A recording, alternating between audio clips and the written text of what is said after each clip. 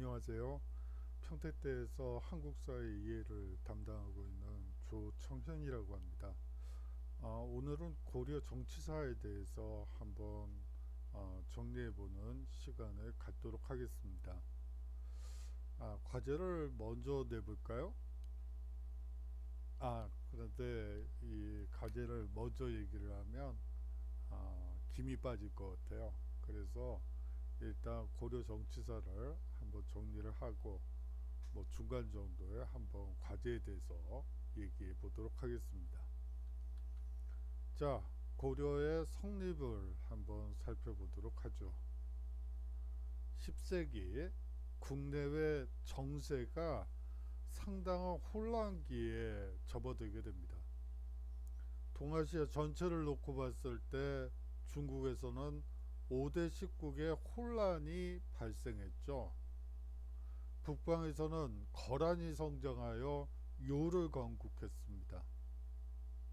한반도에서는요, 이 견훤과 궁예가 각각 후백제와 후고구려, 즉 태봉을 건국하고 그럼으로써 후삼국이 성립하게 됩니다. 이 왕건은 사실은 해상무역으로 성장한 호족이라고 보시면 될 것 같습니다. 궁예의 부하로 들어가서 많은 전공을 쌓았고 그것을 통해서 신망을 얻게 됩니다. 이 궁예는 후고구려를 건국한 군주였지만 이 사실은 문제는 그렇군요. 정치적 세력 기반이 미약했다는 점이에요. 정치적 세력 기반이 약하다 보니까 본인을 살아있는 미륵불로 자처했습니다. 그리고 그 미륵불이라는 살아있는 미륵불이라는 점을 강조하면서 나라를 통치하게 되죠. 궁예라는 분이 궁예가 어, 살아있는 미륵불을 자처했던 거는 맞는 것 같은데요. 잠깐만요. 그 뒤에 또 거듭된 실정이 있었다고 해요. 하지만 이러한 기록들은 이제 왕건 측에서 쓴 책들에서 사서들에서 나오는 표현들이고요. 과연 이렇게 거듭된 실정 때문이었는지 아니면 정치적 세력 기반이 약했기 때문인지 그렇기 때문에 이렇게 또 거듭된 실정이라는 표현으로 더 씌워진 건지 그 부분에 대해서는 지금도 설왕설래 하고 있는 중입니다. 여하튼 거듭된 실정과 살아있는 미륵불을 자처했기 때문에 신하들이 궁예를 축출했죠. 그리고 그 신망을 얻은 왕건을 왕으로 추대하게 됩니다. 918년 고려가 건국하게 되죠. 왕건은 고구려 계승을 천명하며 국호를 고려, 송악으로 철원에서 송악으로 천도하게 됩니다.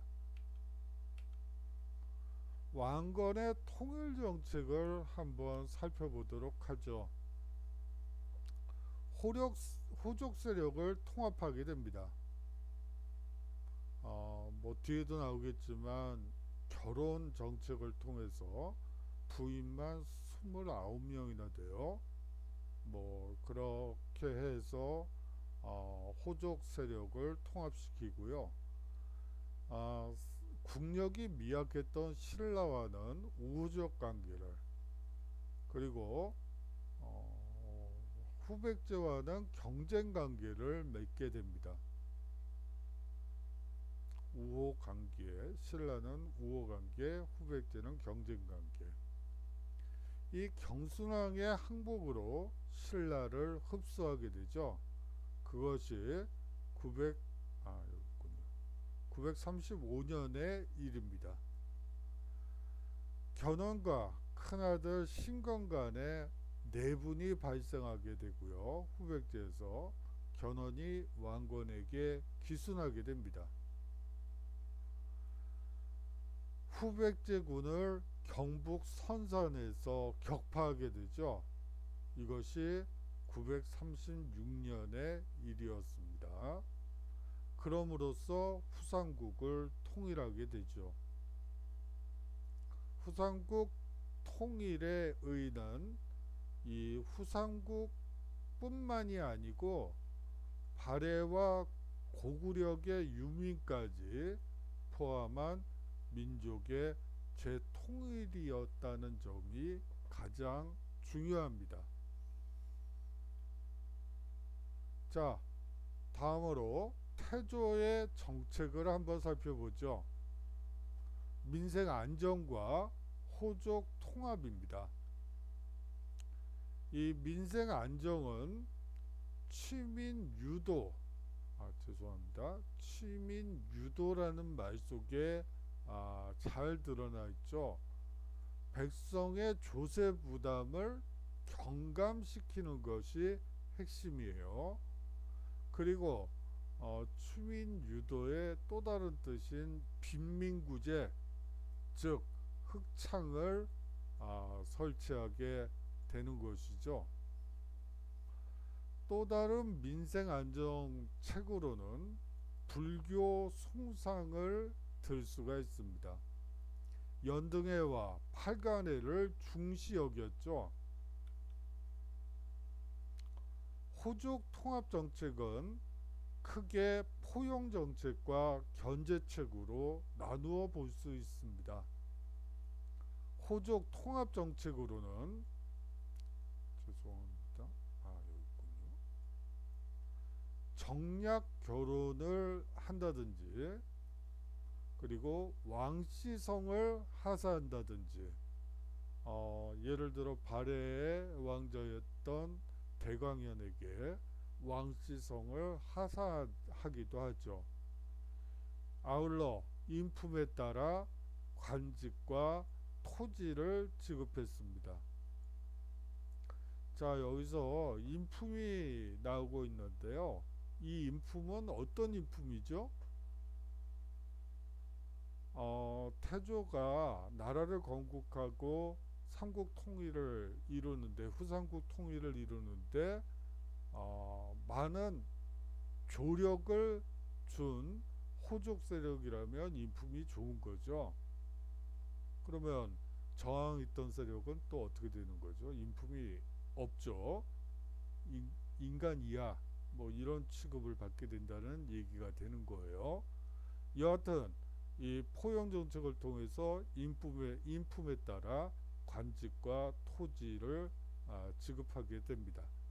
이거는 농공행상이라고 우리가 흔히 얘기하는 건국 공신들에게 인품에 따라 협력도에 따라 그리고 공에 따라 관직과 토지를 지급했다는 것을 의미한다고 이해하시면 되고요. 견제책은 기인제도와 사신간제도가 있습니다. 기인제도와 사신간제도의 특징은 호적 견제뿐만이 아니고 지방 통치를 보완했다는 특징이 있어요. 기인제도와 사신간제도가요. 기인제도와 사신간제도는 뒤에서 또 살펴보도록 하겠습니다. 자, 태조의 또 다른 정책으로는 북진 정책을 들 수가 있어요. 북진 정책이요. 고구려의 옛 땅을 회복하려는 정책이죠. 고려 자체가 고구려의 후예라고 했기 때문에 고구려의 옛 땅을 회복하는 정책인 북진 정책을 모토로 내걸었던 것입니다. 평양, 즉 이 평양을 서경으로 삼아서 중시했다는 점도 상당히 중요한 측면이에요. 아울러 발해를 멸망시킨 주적인 거란에 대해서는 철저히 적대시 정책을 펼치게 됩니다. 아울러 태조는 천천강까지 영토를 확장하게 되죠. 자, 태조의 정책이 잘 드러나는 것이 후손들에게 내린 소뇨 10조라는 가르침입니다. 이 왕실과 국가의 안녕을 바라면서 훈요 10조를 내렸던 것이죠. 후손들에게요. 그렇기 때문에 태조의 사상과 정책 방향이 잘 드러난다고 볼 수가 있어요. 자, 이렇게 호족 통합 정책을 쓰다 보니까 결국은 왕권이 약화되고 그런 현상이 호족의 힘이 막강해지는 어떻게 보면 그런 현상이 벌어지게 됩니다. 자, 호족의 힘이 너무 강하다 보니까 그 호족을 억압하려는 개혁 정책이 나오게 되는데요. 그것이 바로 광종의 개혁 정치라고 여러분들이 이해하시면 될 것 같아요. 호족 억압, 왕권 강화로 요약이 됩니다. 배경을 한번 살펴볼게요. 해종, 정종 때 호족 세력이 아주 강성해져요. 그렇게 되면서 왕권은 당연히 불안해질 수밖에 없었죠. 거기다가 왕규의 난이 945년에 발생하게 됩니다. 왕규의 난에 대해서는 뒷 슬라이드에서 자세히 살펴보도록 하겠습니다. 자, 광종의 개혁은 한마디로 말하면 이 노비 안건법 속에 잘 드러난다고 볼 수가 있습니다. 공신과 호족의 경제 군세적 기반을 약화시키는 것이 바로 노비 안건법이었죠. 거기다가 이것은 양인의 수를 증가시키는 개혁 정책이었고, 양인의 수가 늘어나면 어떤 현상이 벌어지죠? 세금을 낼 수 있는 사람들의 숫자가 늘어난다는 것을 의미합니다. 다시 말하면 국가재정이 확충되는데, 국가재정 확충에 노비안건법이 상당히 중요한 역할을 하는 것이죠. 노비안건법이라는 것은 간단히 말하면 원래는 양인이었다가 공신과 호족에 의해서 겁박을 당해서 결국은 노비로 전락했던 사람들을 원래의 신분인 양인으로 다시 만드는 정책을 의미합니다. 거듭 말씀드리지만 동서양을 막론하고 모든 개혁의 핵심은 양인의 수를 증가시키는 거예요. 그럼으로써 국가 재정을 확충하는 것이죠. 뒤에서도 그렇고 역사를 거슬러 올라가도 그렇고 모든 개혁의 출발점은 세금을 낼 수 있는 혹은 군대를 갈 수 있는 양인의 수를 어떻게 늘릴 것이냐, 거기에 개혁이 목표가 된다는 점을 다시 한번 강조드리고 싶습니다. 자, 광종의 개혁 두 번째는 과거제 실시입니다. 자, 958년의 일이죠. 왜 과거제를 처음 실시하게 됐는지도 상당히 중요해요. 공신과 호족이 힘이 막강해지면서 이들이 거의 권력을 독점하다시피 하게 되죠.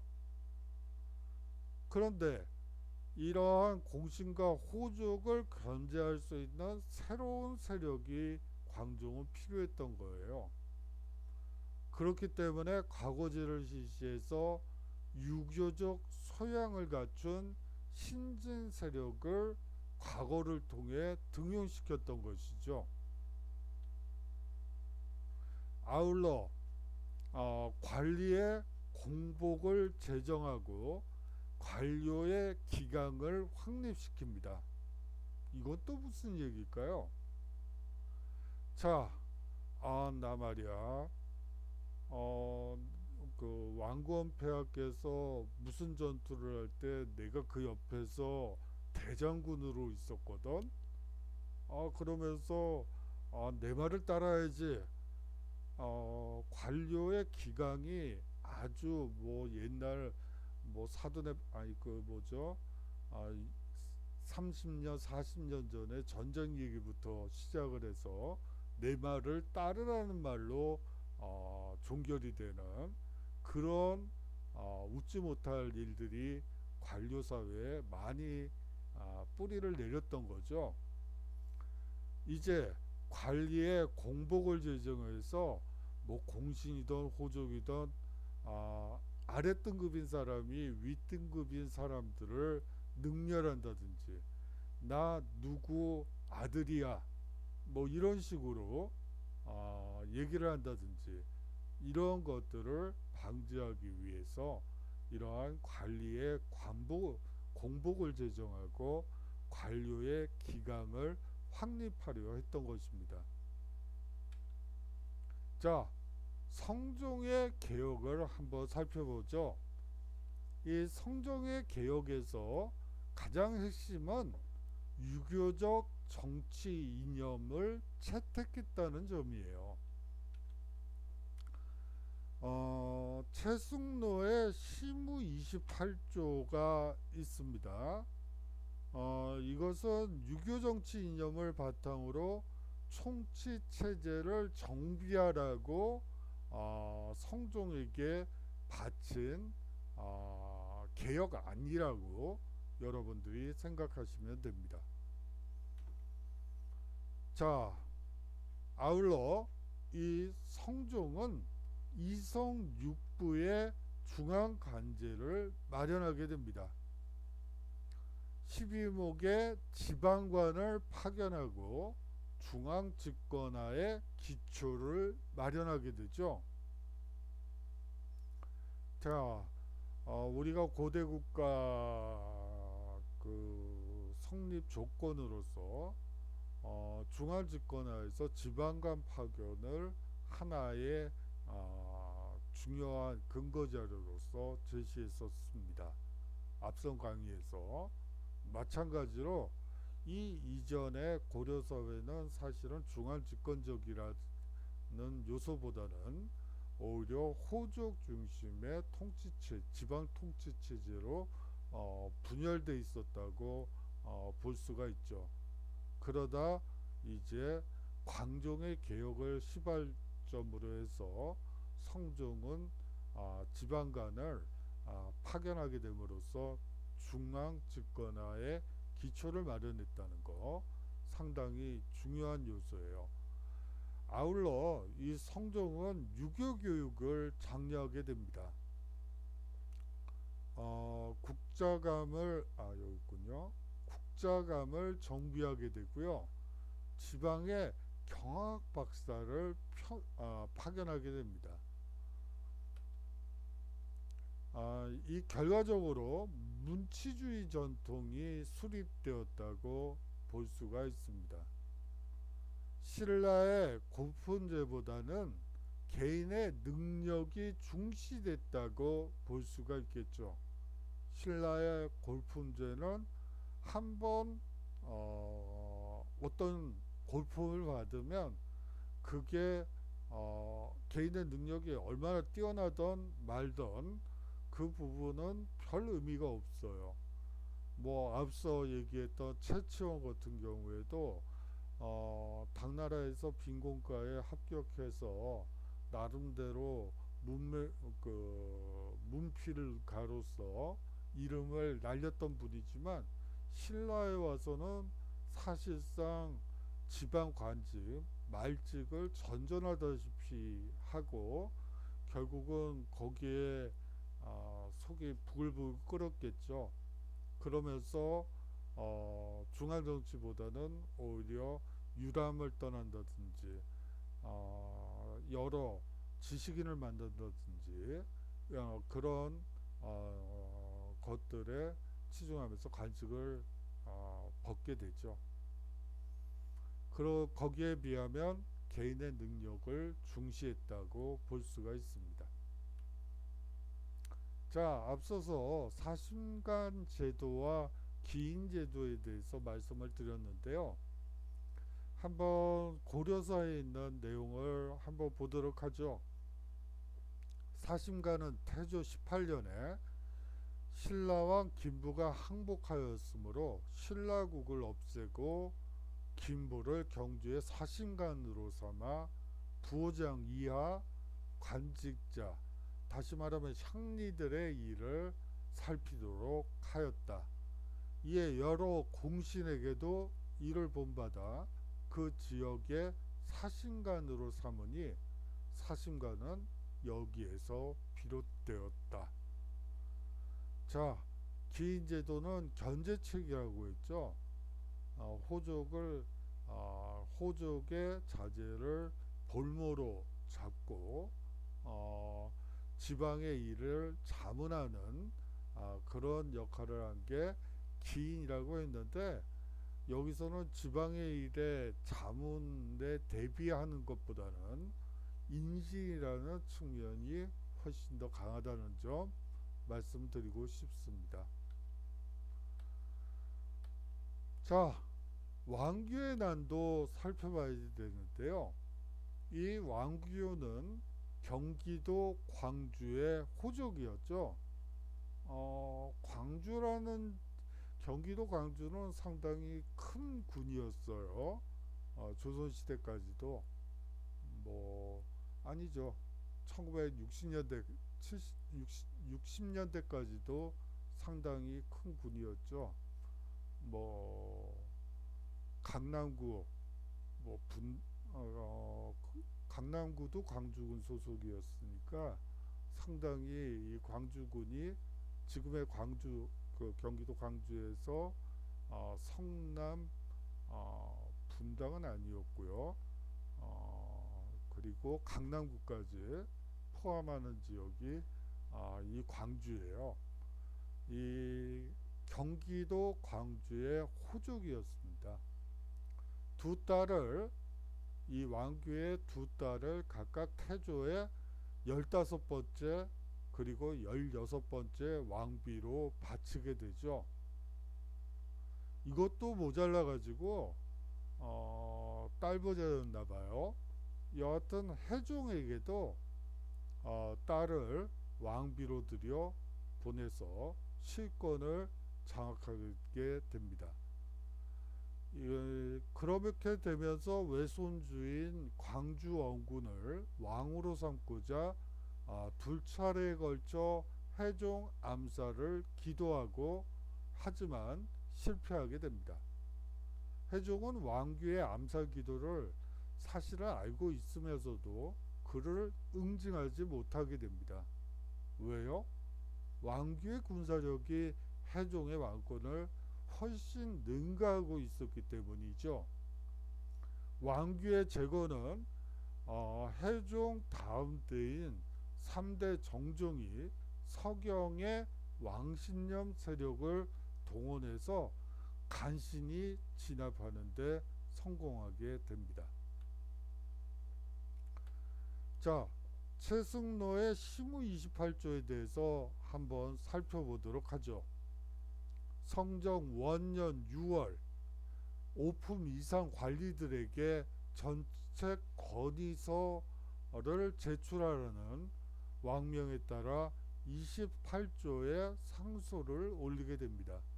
현재 남아있는 것은 22조까지만 전해지고 있습니다.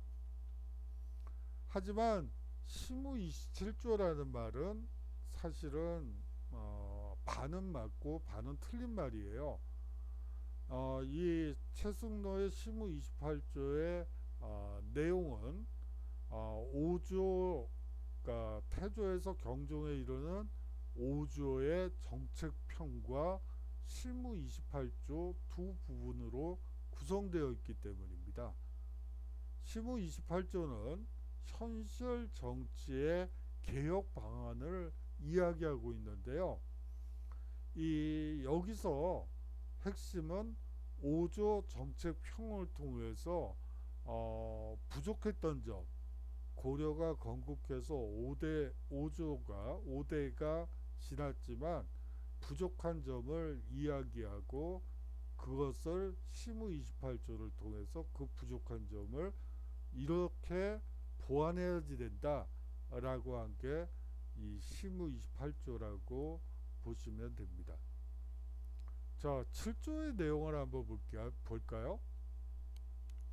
태조께서 나라를 통일한 후에 9년의 수령을 두고자 하였으나 줄였어요. 이를 시행할 겨를이 없으셨다. 청컨대 지방간을 파견하십시오.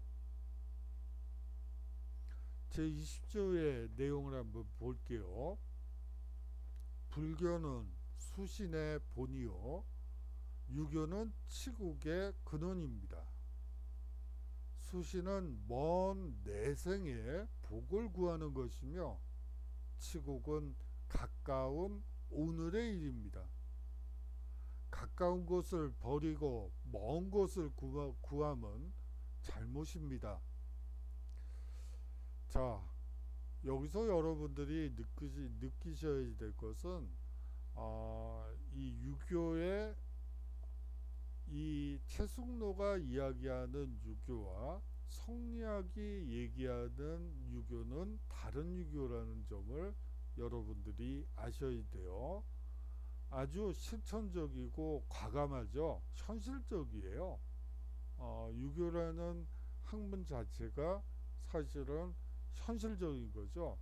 성리학은 이제 우주의 본질이 무엇인지, 인간의 본성은 무엇인지, 뭐 이러한 것을 추구하는 어떻게 보면 형이상학적인 것이라면 이 당시 유교는 초기 유교죠.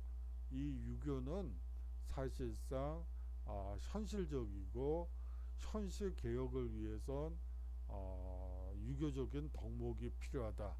이런 식으로 접근하게 되죠.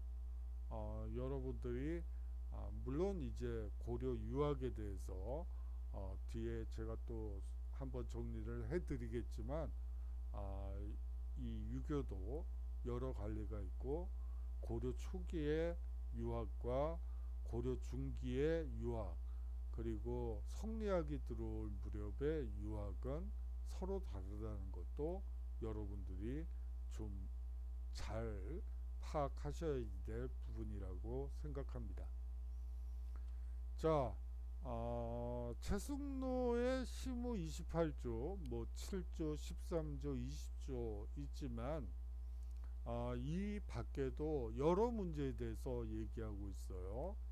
뭐 예를 들자면 국방 문제라든지 호족에 대한 문제라든지 제도 개혁을 어떻게 해야지 될 것인지 어떻게 보면 개혁 입법을 어떻게 추진해야지 될 것인지 그리고 중국 문화를 어떻게 수용해야지 될 것인지 아울러 이분은 유학자잖아요.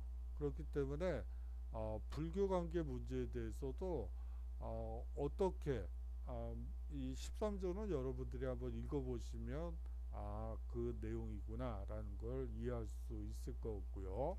그리고 잡신의 문제라든지 왕실 관계 등 아주 어떻게 보면 한 왕조의 모든 정책에 대해서 나름대로 자신의 생각을 건의한 제안서라고 여러분들이 이해하시면 될 것 같습니다.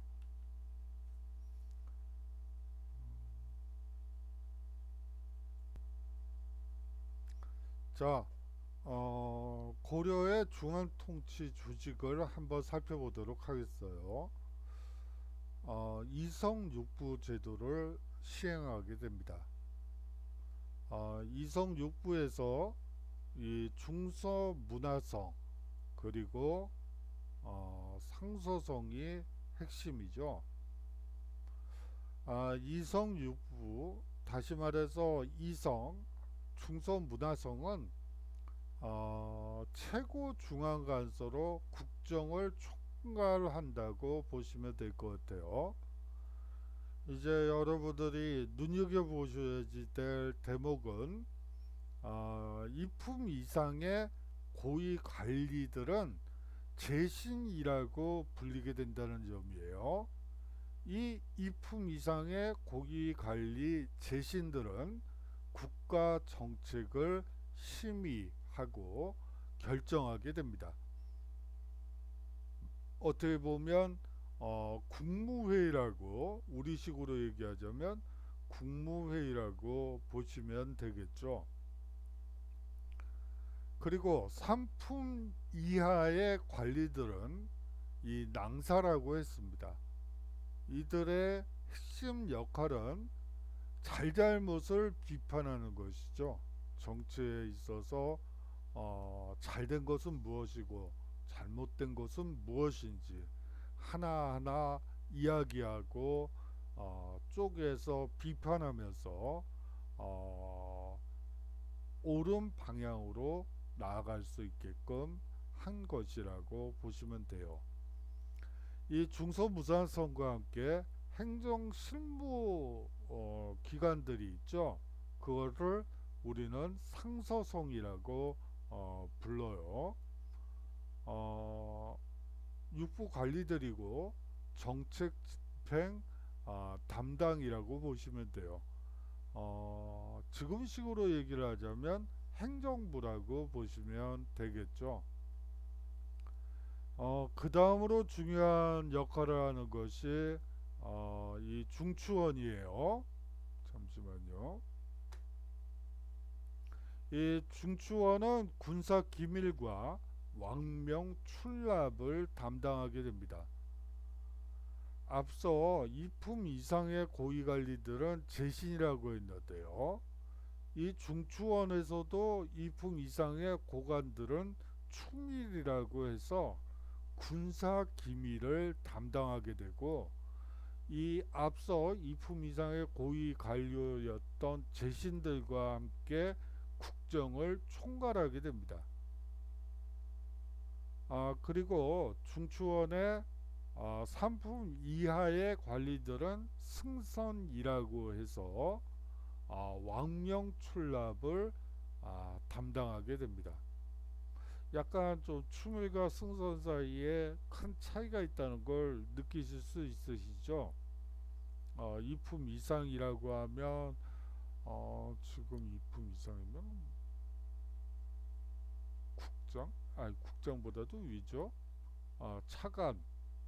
차관보다 약간 아래, 차관보. 뭐 미국식으로 하면 차관보 정도 되겠네요. 아니 뭐 여하튼 이품 정도 이상의 고관들 위주로 정책이 심의 결정되고 있다는 것을 여러분들이 느끼시면 됩니다. 자, 3사라는 조직이 있죠. 이 3사는 송나라에서 시작된 것인데 화폐와 곡식에 대한 회계를 담당하는 기관이라고 여러분들이 생각하시면 되는데요. 사실상 회계 담당 부서라고 보시면 될 것 같아요. 이 어사대라는 조직이 상당히 중요한 역할을 담당하게 됩니다. 감찰기구이자 정치의 잘잘못을 논하는 기관이고요. 관리의 비리를 감찰하는 역할입니다. 아주 핵심 노른자 부서라고 여러분들이 보시면 되겠죠. 이 대간이라는 것도 상당히 중요해요. 이 어사대와 중서문화성의 낭사로 구성되어 있었죠. 중서문화성의 낭사는 정치의 잘못된 것을 논하는 아, 중서문화성의 3급 이하의 관료들이었다고 말씀드린 바 있습니다. 다시 말하면 어사대와 중서문화성의 낭사는 하는 역할이 겹친다고 볼 수가 있는 것이죠. 이 대간들은 간쟁, 분박, 그리고 석영권을 행사하게 돼요. 간쟁이란 뭘까요? 국왕의 가호나 비행을 비판하는 것이죠. 이러시면 아니되오, 그거는 조선시대고요. 여하튼 국왕의 잘못, 그리고 비행을 비판하고 그렇게 하지 않도록 국왕과 다투는 역할을 이 간쟁을 통해서 하게 됩니다. 또한 분박은요, 왕의 조치 내용 중에서 합당하지 못한 경우 왕에게 돌려보내면서 이 조지는 이런 면에서 잘못된 것이라고 따지는 거라고 여러분들이 생각하시면 될 것 같아요. 국왕이 힘이 좀 너무 약하죠? 그냥 맨날 이건 아니되옵니다. 아니면 이 조지는 잘못된 것입니다.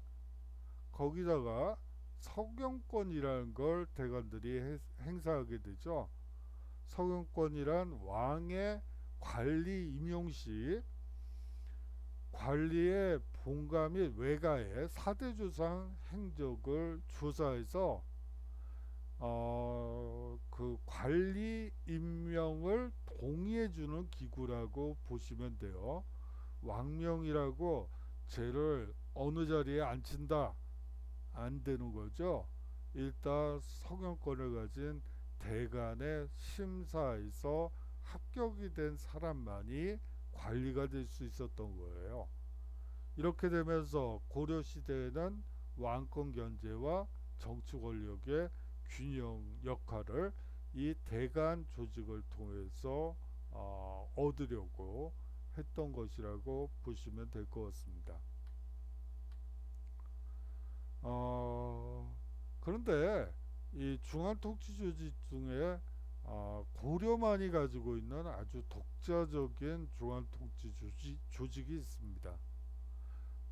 대표적인 것이 도병마사와 식목도감이 되어 이 도병마사와 식목대감은 제신과 추밀의 합의제로 운영됩니다. 둘 다 이품 이상의 고위 관료들이죠. 그들의 합의를 통해서 운영된다고 보시면 돼요. 결국은 우리식으로 하자면 국무회의 정도로 생각하시면 될 것 같습니다. 자, 지금까지 중앙통치조직에 대해서 살펴봤는데요. 그렇다면 이제 고려 중앙통치조직의 특성을 한번 여러분들이 생각해 보셔야 될 것 같아요. 이 고려 중앙통치조직의 특성 중에 하나는 당의 제도인 삼성육부와 송의 제도인 중추왕과 삼사, 거기에다가 고려의 독자적 제도인 도병마사와 식목동갑, 이러한 세 가지 요소가 하나로 합쳐져서 중앙 정치 조직이 구성됐다는 점이에요. 아울러서 제주 중심의 정치 체제였다는 것도 아주 중요해요.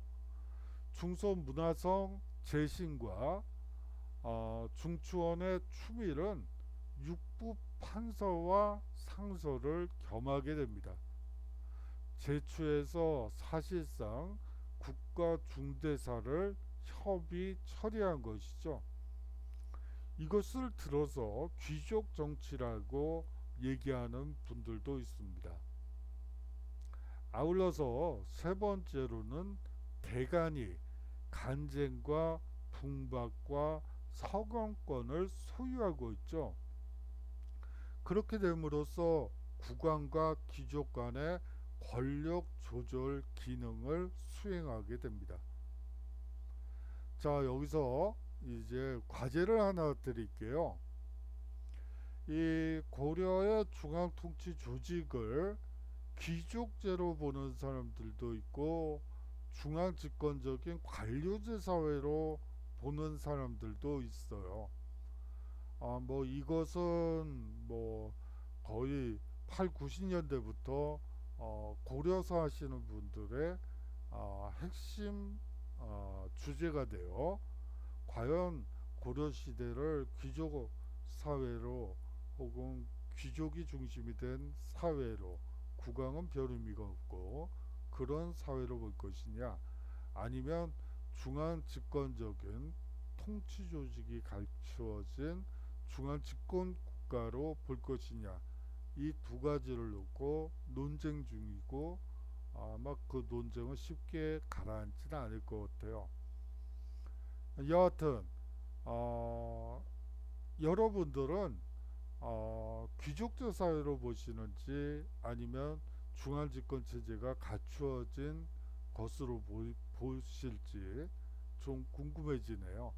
한번 여러분들이 생각하시는 고려 중앙 통치 조직에 만약에 귀족 정치라고 생각하시는 분들은 몇 가지 사례를 아니면 중앙 집권 체제라고 생각하시는 분들은 또 거기에 맞는 사례를 한번 찾아보시고 한번 설명해 보시는 그거를 과제로 제출하도록 해주셨으면 좋겠습니다.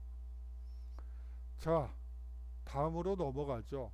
지방행정제도인 5도 양계를 살펴보도록 하겠습니다. 이 지방행정제도가 갖추어지는 시점이 있어요. 성종 때에 처음으로 12목의 지방관을 파견했다고 앞서 살펴본 바 있습니다. 현종 때에는 5도 양계를 기본 틀로 한 지방제도가 이제 완성이 되죠. 이렇게 되면서 이렇게 지방제도가 정비가 되면서 지방호족들은 향리로 변화되게 됩니다. 신분이 달라지게 되죠. 이거는 아주 도식적인 설명이죠. 사실은 말이죠. 죄송합니다. 지방호족이 향리로 바뀌는 경우도 많지만 사실은 뒤에서 나오게 될 속현들이 더 많았기 때문에 이거는 좀 너무 도시적이고 지방호족이 계속해서 행정 실무를 보는 경우가 많았기 때문에 뭐 향리로서 기능했다라고 얘기할 수는 있겠지만 여하튼 속현이 더 많았다는 거는 핵심인 것 같습니다. 자, 5도를 한번 볼게요. 일반 행정구역이라고 여러분들이 생각하시면 됩니다. 일반 행정구역이요. 뭐 예를 들어서 경기도 일반 행정구역이죠. 자, 안찰사를 파견하게 됩니다. 고려시대에는요. 도내 지방을 순찰하죠. 좀 이상하죠? 아니 안찰사가 어디 도청 소재지에 가서 직무를 봐야지 되는데 지방 순찰이나 다닌다고요? 예, 맞아요. 이 시기에는 안찰사가 다시 말하면 도지사라고 볼 수가 있는데요. 이 도지사들이 지방에 파견돼서 도내를 돌아다니면서 어떻게 보면 집권 체제가 아닌 그런 모습으로 여러분들이 보이시겠지만, 여하튼 이 시기에는 지방을 순회하면서 잘못된 지방 통치라는 지방관들을 문책하는 역할만 가지고 있었다고 보시면 될 것 같아요. 그 아래 주, 부, 군, 현의 지방관이 파견되기도 해요. 하지만 이 지방간 파견은 늘 파견한 주연보다 그 중앙에서 파견하지 못한 속편이 더 많았다는 점은 여러분들이 반드시 기억하셔야 돼요. 특히 속현과 특수행정구역인 향부곡소는 주현의 수령을 통해 중앙정부의 통제를 받게 됩니다. 과연 100% 그런 건 아니고요. 사실상 호족들이 이 시기에 속현과 특수행정구역인 향부곡소들을 관리했다고 보시면 돼요. 조세, 공물의 징수와 요역 증발, 행정식무를 담당했으니까요. 자, 양계라는 군사행정구역이 있습니다. 그러면 오도는 일반행정구역이고 양계는 군사행정구역이구나. 자, 동계와 북계로 나뉘어져 있었죠. 자, 외적의 침입에, 북방민족의 침입에 대비하기 위해서 병마사를 파견하고 군사적 요충지에는 진을 설치하게 됩니다. 고려 지방행정제도의 특징을 한번 살펴보죠. 지방제도의 이원화가 이루어지고 있습니다.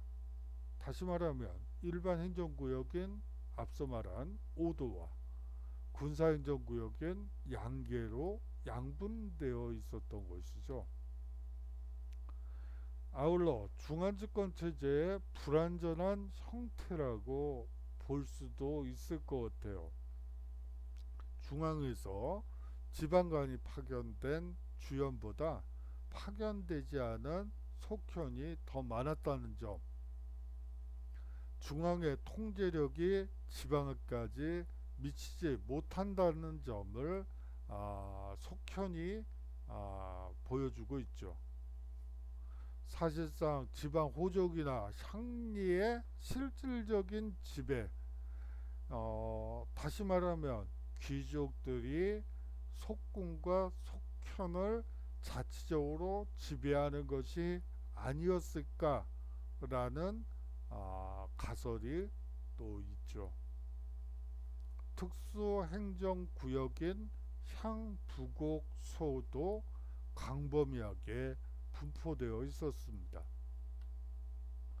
자, 고려의 군사조직과 교육제도를 살펴보도록 하죠.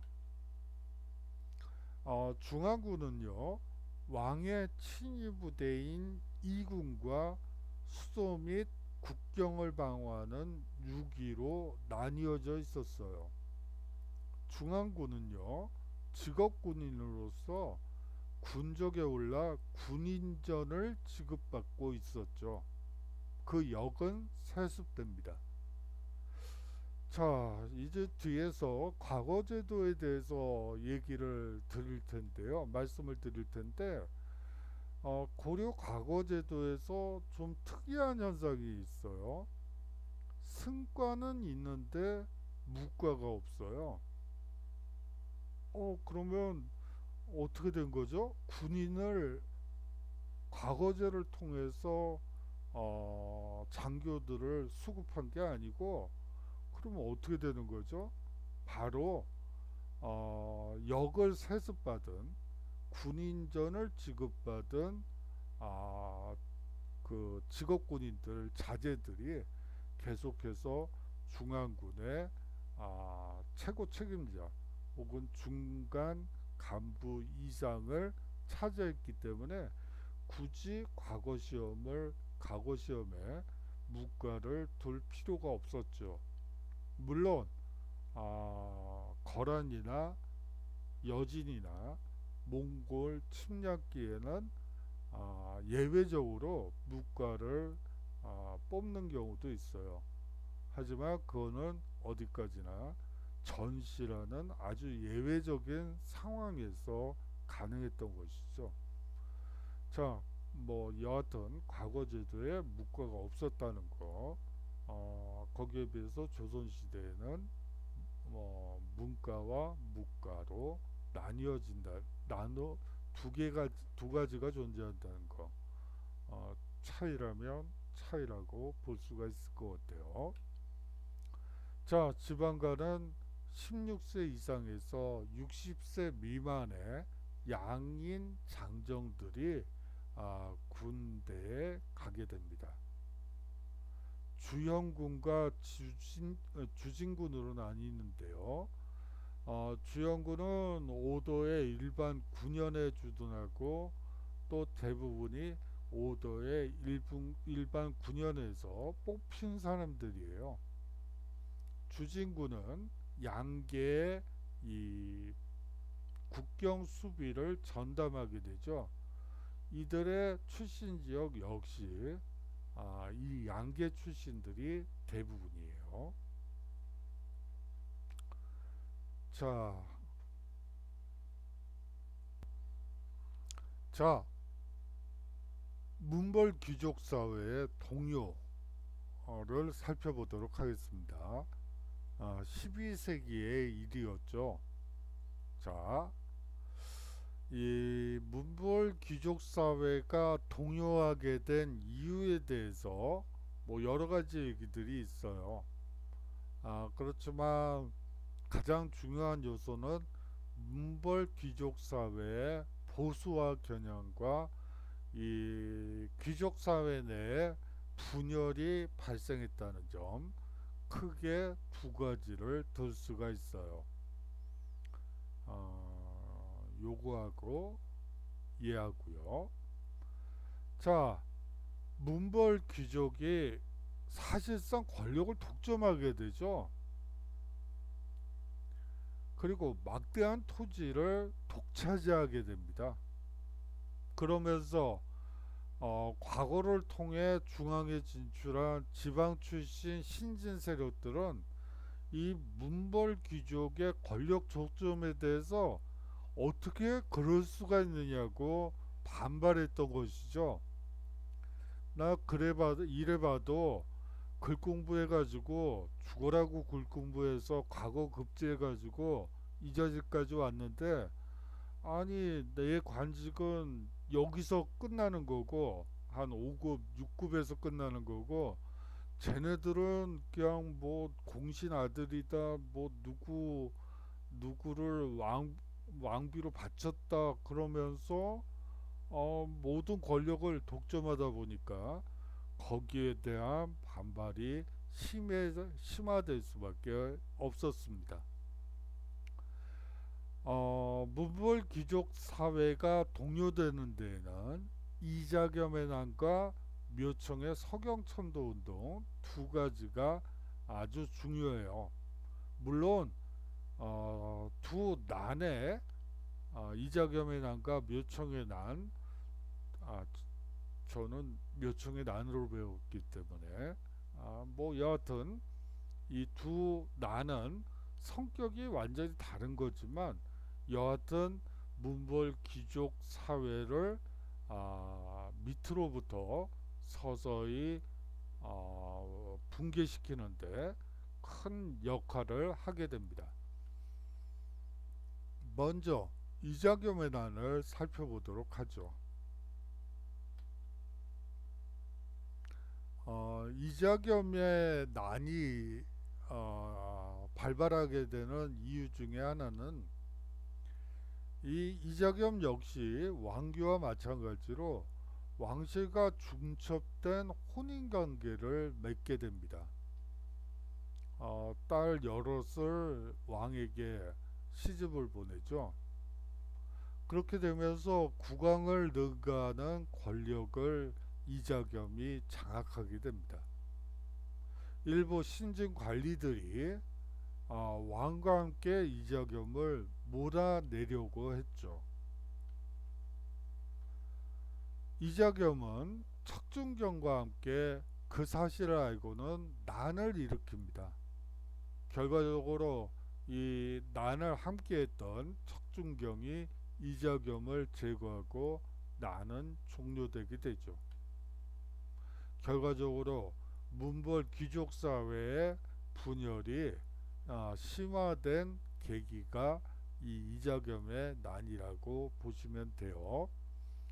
자, 이자겸 같이 왕실과 중첩된 혼인관계를 맺은 문벌 귀족과 그냥 예전에 고려를 건국할 때 공신이거나 높은 관직에 있던 사람들은 사이에는 큰 격차가 있었죠. 이러한 격차가 심화됐다고 여러분들이 이해하시면 됩니다.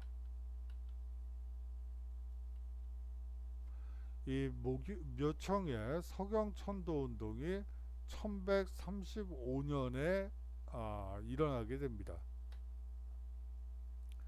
이 서경 묘청의 난의 배경은 이자겸의 난으로 왕권이 실추되고 왕권 실추와 함께 민심이 동요되었기 때문이죠. 인종은 승려 묘청과 문신 정지상 등 서경 세력을 등용하게 됩니다. 이 묘청과 정지상 서경 세력이라는 신진 세력을 통해서 개혁 정치를 펼침으로써 이자겸의 난으로 실추된 왕권을 다시 되살리려 했던 것이죠.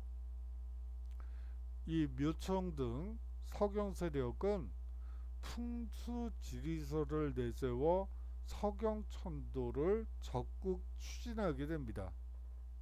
아울러 왕에게 황제 칭제 권한, 다시 말하면 황제로 스스로를 얘기를 하고 그리고 연호를 붙이는 그런 것을 제안하게 됩니다. 그리고 아울러서 금국 정벌을 주장하게 되죠.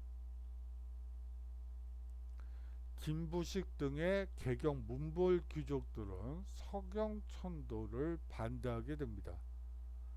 그러면서 서경파와 개경파의 극한 대립이 일어나게 되죠. 서경천도 계획이 좌절되자 묘청은 국호를 대위, 연호를 청계로 정하고 난을 일으키게 됩니다. 이 김부식이 이끄는 강군에 의해 진압이 되죠. 자, 이 고려의 또 다른 특징이 보이는데요. 강감찬도 그렇고요. 김부식도 그렇고 이 두 사람이 보면 장수로서 활동을 해요. 그런데 이 사람들은 공통점이 또 문신들이거든요. 여하튼 문신들이 관군을 이끌고 거란을 뭐 공격을 한다든지 아니면 난을 진압한다든지 뭐 이런 현상들이 많습니다. 대부분 군 지휘관들은 대부분 문신 출신들이 맡고 있다는 것이 이 고려 사회의 특징 중에 하나예요. 결과적으로 이 묘청의 난은 문벌 귀족 사회의 모순이 심화되는 계기가 됩니다. 자, 이 묘청의 난에 대한 신채호의 평가는 여러분들이 한번 읽어봐 주시면 되고요. 조선사 연구 초에 나와 있는 내용입니다. 좀 어려운 게 있을까요? 예. 어, 그러면 모르시는 게 있으면 일단 그 메일이나 문자로 메일 문자는 아니고요. 메일로 물어봐 주시면 성심성의껏 대답하도록 하겠습니다. 그리고 이제 고려의 기본적인 외교 정책에 대해서 한번 살펴보죠. 고려의 기본적인 외교 정책은 국내 정책과도 긴밀하게 연결되어 있어요. 기본적으로 북진 정책이죠. 고구려 계승 의식을 바탕으로 고려라는 국명을 사용하고 있는데요. 그렇기 때문에 정체성 면에서도 고구려의 옛 영토를 회복하는 것을 강력히 추구했죠. 그렇기 때문에 북방민족과 대립을 할 수밖에 없었습니다.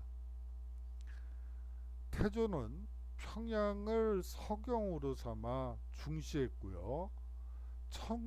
청천강까지 영토를 확장하게 되죠. 고려의 기본 외교 정책 중에 북진 정책 이외에도 친송 정책이 있습니다. 고려는 송과의 교류를 통해 중국의 발달한 문물을 수용하려 했죠. 송은 거란을 견제하기 위해 혹은 금을 견제하기 위해 고려와 긴밀한 우호관계를 수립했습니다. 고려와 북방 민족과의 관계가 막 변천이 되는데요. 한번 살펴보도록 하죠. 10세기에서 11세기에는 거란, 즉 요와 그 사실상 전쟁 관계를 계속하게 됩니다. 세 차례에 걸친 거란의 침입이 있었고요. 그것을 격퇴하죠. 여러분들이 익히 알고 계시는 서희나 강감찬 그리고 천리장성을 이때 만들게 되고 개경에는 나성을 만들게 됩니다. 그리고 여진금이 일어나는데요. 12세기의 일입니다. 여러분들이 기억하셔야지 될 거는 윤관과 동북 구성이라는 거고요. 하지만 이 동북 구성은 1년 만에 여진족에게 돌려주고 사대 관계를 수용하게 된다는 점 여러분들께 말씀드리고 싶고요. 몽골은 원인데요. 13, 14세기에 고려를 침략하게 되죠. 그러면서 50년간의 대몽 항쟁 시기를 겪었지만 주기적에 저항을 했지만 결국은 원의 간섭을 받게 됩니다. 가슴 아픈 일이지만 자 10에서 11세기에 거란 요와의 관계를 살펴보도록 하겠습니다. 이 거란과 한 번도 타협을 본 적이 없죠. 그냥 거란과 대결 정책을 계속했어요. 그 요인 중에 하나는 앞서 설명드린 바처럼 거란이 발해를 멸망시켰기 때문이죠. 고구려를 계승한 발해를 멸망시킨 주적이었기 때문에 거란과는 한 번도 타협을 본 적이 없어요. 993년에 1차 침입이 이루어졌을 때 서희의 외교 담판이 이루어지고 심지어 강동 육주를 획득하게 됩니다. 1010년에는 2차 침입이 있고요. 개경이 함락되는 등 위기에 빠졌는데 이 왕규의 활약으로 구사일생 거란을 물리치게 됩니다. 1018년에는 3차 침입이 있었고요. 강감찬이 이끄는 고려군이 귀주에서 거란군을 크게 격퇴하게 되죠. 1019년의 일입니다. 이 거란과의 대결 정책을 통해서 고려는 사실상 많은 것을 얻었죠. 고려, 송, 거란 간의 세력 균형을 통해서 동등한 관계를 유지할 수 있었던 것입니다. 역시 모든 것은 외교가 잘 되기 위해서는 힘이 바탕이 되어야지 된다는 것을 이 거란과 고려와의 이 전쟁을 통해서 여러분들이 느끼실 수가 있을 것 같아요. 고려는 거란을 방어하기 위해서 그 이후에 천리장성을 쌓고요. 개경에 나성을 축조하게 됩니다. 자, 서희의 단판에 대해서는 여러분들이 많이 알고 계실 테니까 일단 가지고는 왔는데 여러분들이 읽어보시면 좋을 것 같아요.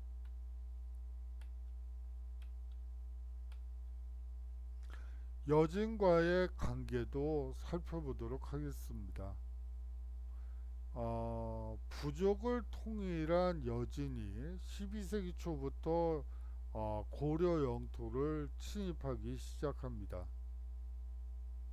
윤관이 별부반을 이끌고 여진을 정벌한 뒤 동북지방에 9개의 성을 쌓게 되죠. 그것을 우리는 동북구성이라고 얘기하는 거예요. 1107년의 일입니다. 수비의 어려움으로 1년 만에 동북구성을 여진족에게 반환하게 되죠. 사실 이 여진족에게 동북구성을 주면서 줬는데요.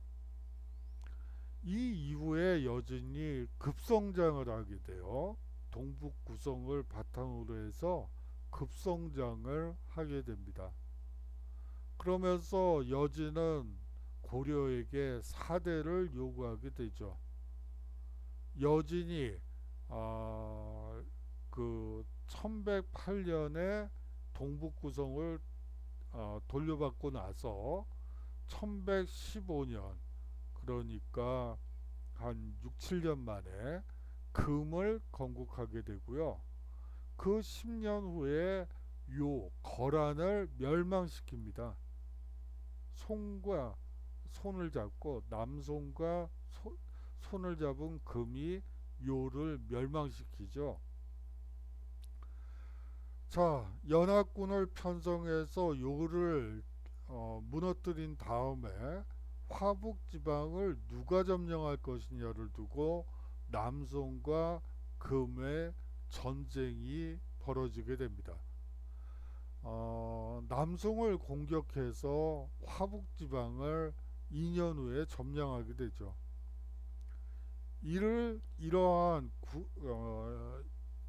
이러한 승리를 바탕으로 해서 고려의 군신 관계를 요구하게 됩니다. 이자겸 등의 집권 세력은 정권 안정을 위해 금의 요구를 수용하게 되죠. 결과적으로 고려의 북진 정책이 일시 중단되는 현상이 벌어지게 됩니다. 자, 무신 정권에 대해서 한번 살펴보죠. 무신정변은 1170년에 일어나게 됩니다.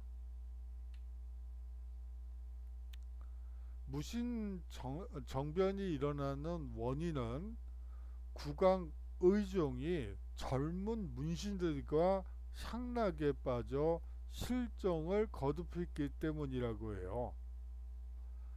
이거 역시 상당히 의심스러운 부분이에요. 항상 패자는 이런 식의 향락에 빠지지 않으면 무능하거나 아니면 실정을 거듭하거나 뭐 이렇게 이런 이미지로 덧씌워지는 경향이 많습니다. 진짜 그랬는지에 대해서는 상당히 의심스럽죠. 아까 궁예에서도 설명드린 바 있지만요. 여하튼 문신을 우대하고 무신을 차별하는 경향이 심화됐던 것이죠. 그러면서 무신들은 불만이 고조되었습니다. 더더욱이나 군인전을 제대로 지급받지 못했을 뿐만 아니고 하급 군인들에게 자벽에 동원을 하는 경우도 있었어요. 요역을 얘기하는 거죠. 성을 쌓는다든지 다리를 놓는다든지 거기에 군부대를 투입시킨 것이죠. 자, 아니 월급도 못 받아. 월급 대신 군인전을 줬으니까요. 거기다가 죽어라고 일만 해야지 돼. 이게 뭐죠? 하국 군인들은 불만이 고조될 수밖에 없었습니다. 이러한 불만을 바탕으로 해서 정중부, 이의민, 의비방 등 무신들이 정변을 일으켜 정권을 장악하게 되죠. 많은 문신들이 이 과정에서 살해당하고요. 의종은 거제도로 유폐되고 명종이 새 국왕으로 옹립되게 됩니다. 무신은 중방 중심으로 국정을 주도하여 권력을 행사하게 되죠. 무신들의 권력 쟁탈전이 계속되어집니다. 이의방에서 정중부로, 정중부에서 경대승으로, 경대승에서 이의민으로, 이의민에서 최충원으로. 그러다가 4대 60년간 최씨 무신 정권이 존속되게 되는데요. 최충원, 최우, 최양, 최이가 이 최씨 무신 정권 4대의 주인공이라고 보시면 됩니다. 권력 기반은 권력기구로서 교정도감과 정방이 있었고요. 군사적 기반으로서는 도방과 삼별초가 있습니다. 아울러 경제적 기반으로서는 대초지, 소유가 되겠죠.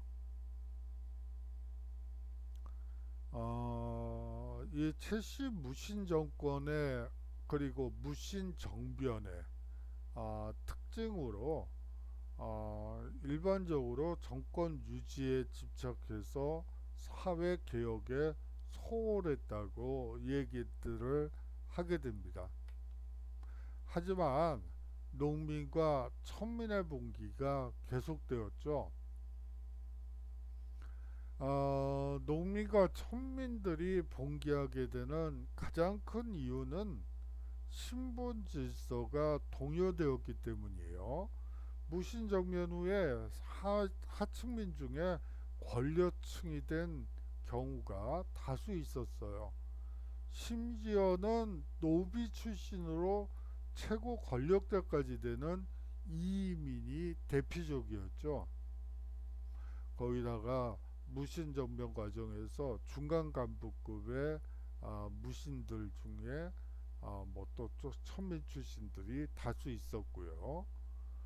무신들의 횡포와 권력 남용도 농민과 천민 보기의 한 원인입니다. 농민의 토지를 빼앗고 노비를 늘려갔던 것이죠. 농민과 천민들은 지방 간의 가혹한 수탈에 저항하기도 했습니다. 다시 말하면 신분 상승을 위해 봉기했던 것이죠. 공주 명확소에서는 망이 망소이가 봉기를 일으킵니다. 경상도 일대에서는 김삼이 효심이 봉기를 일으키죠. 신분 해방 운동도 있었습니다. 만적의 다시 말하면 만적의 봉기가 대표적이죠. 이 만적이라는 노비는 최충원의 사노비였습니다. 개경에서 노비를 모아 봉기를 기획 주도했죠. 왕후 장상희 씨가 따로 있느냐 라고 외치면서 만적은 노비들의 궐기를 기획 주도했습니다. 자, 몽골의 침략과 항전을 살펴보도록 하죠. 몽골 침략은 몽골이 무리한 조공을 요구하게 되고요. 고려에 온 몽골 사신이 피살되는 일이 발생합니다. 이를 구실로 고려를 침략하게 되죠. 이게 사실은 사신이 피살되는 경우가 종종 있어요. 그런데 그게 몽골 쪽에 하나의 전쟁 구실을 만드는 방법인지는 잘 일 가능성도 있어요. 예를 들어 칭기즈칸이 코레즘이라는 중앙아시아의 그 비단길을 장악한 상당히 큰 국가가 있었거든요. 그 나라를 칠 때도 사신단을 꾸려가지고 500명이나 꾸려가지고 보내죠. 그런데 이제 코레즘이 그 사신단을 다 죽여버려요. 그러면서 전쟁이 일어나게 되는데 이 모습이 거의 비슷한 그 구조예요. 자, 최씨 정권은 서둘러 강화를 맺고는 강화도로 천도하고 다시 몽골 항전에 나서게 됩니다. 대몽 항쟁은 몽골의 침략에 맞서 노비와 부국민 등 하층민이 적극 항쟁에 참여하게 됩니다. 왜 그럴까요? 왜가 더 중요하죠? 왜 그럴까요? 노비와 부국민들이 대몽 항쟁에서 승전을 하고 전공을 세우면 신분이 상승하게 되죠. 그렇기 때문에 이들은 신분 상승을 위해서 아주 적극적인 항쟁을 펼치게 됩니다. 가장 대표적인 것이 처인성 전투, 충주성 전투, 관악산의 초적까지도 항쟁에 참여하게 되죠. 초적이라고 해요. 초적은 도둑놈들이죠. 산도둑이라고 보시면 돼요. 이 산도둑이 대몽 항쟁을 통해서 전공을 세우면 이 사람들이 전에 무슨 죄를 저질렀던 그것은 잊혀지는 일이 되는 것이죠. 이 계속되는 몽골의 침입으로 국토는 황폐화되고 민생은 도탄에 빠지고 문화재는 아주 줄줄이 소실되게 됩니다. 황룡사 구축 목탑이 이 시기에 불타버렸고요. 초조 대장경 역시 소실되게 됩니다. 몽골과 강화하게 되죠. 무신 정권이 붕괴하고 고려조정은 몽골과 강화를 맺게 됩니다.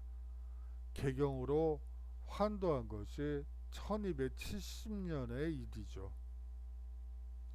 1270년부터 1273년까지 3년에 걸쳐 진도와 제주도로 근거지를 옮기며 3개월 초에 항쟁이 벌어지기도 합니다. 자, 원의 내정 가설까지 한번 나가도록 하죠. 이 고려는 원의 부마국으로 격화되게 됩니다.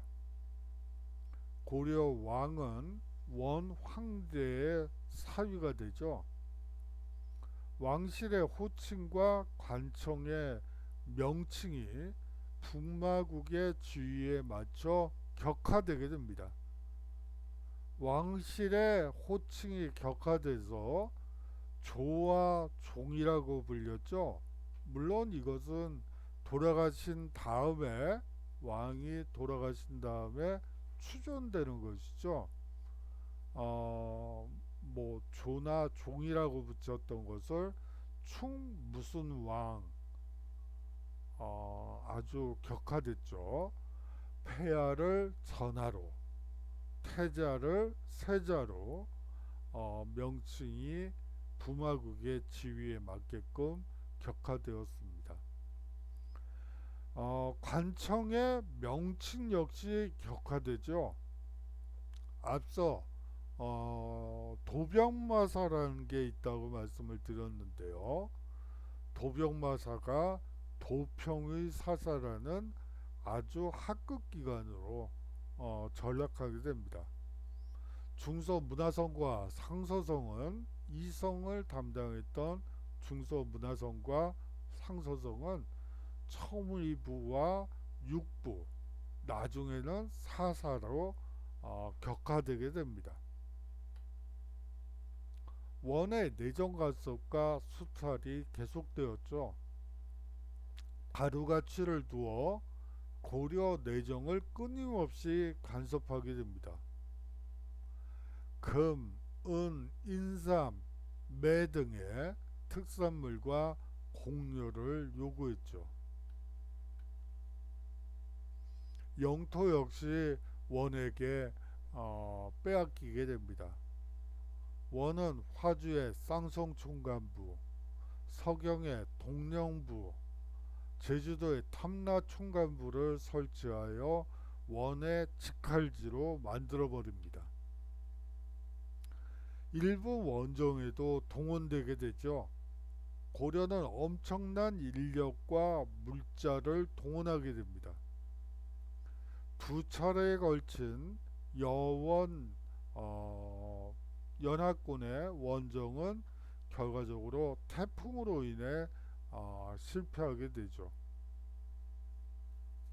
가미카제라는 게 이 태풍을 신풍을 얘기한다고 하는데요. 이때 붙여진 것이 그 신풍이라고 하네요. 원가의 교류는 고려에서 몽골풍이 유행했고요. 원의 지배층에서 고려 양이 전래되기도 합니다. 자, 권문세족의 뭐 정신없이 달리다 보니까 벌써 1시간 24분이 넘었네요. 고려의 멸망까지 다루려고 했는데 뭐 시간 관계상 못할 것 같고요. 1시간 24분 동안 여러분들이 뭐 강의를 듣느라고 상당히 수고가 많으셨습니다.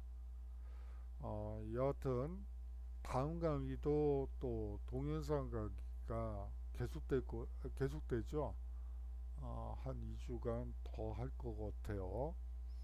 여하튼 힘내시고 사실은 규칙적인 생활을 해야지 되는데 이게 뭐 학교를 안 다니고 뭐 그러다 보니까 규칙적이지 않고 여러분들이 뭐 새벽까지 뭐 게임을 한다든지 뭐 할 수도 있을 것 같아요.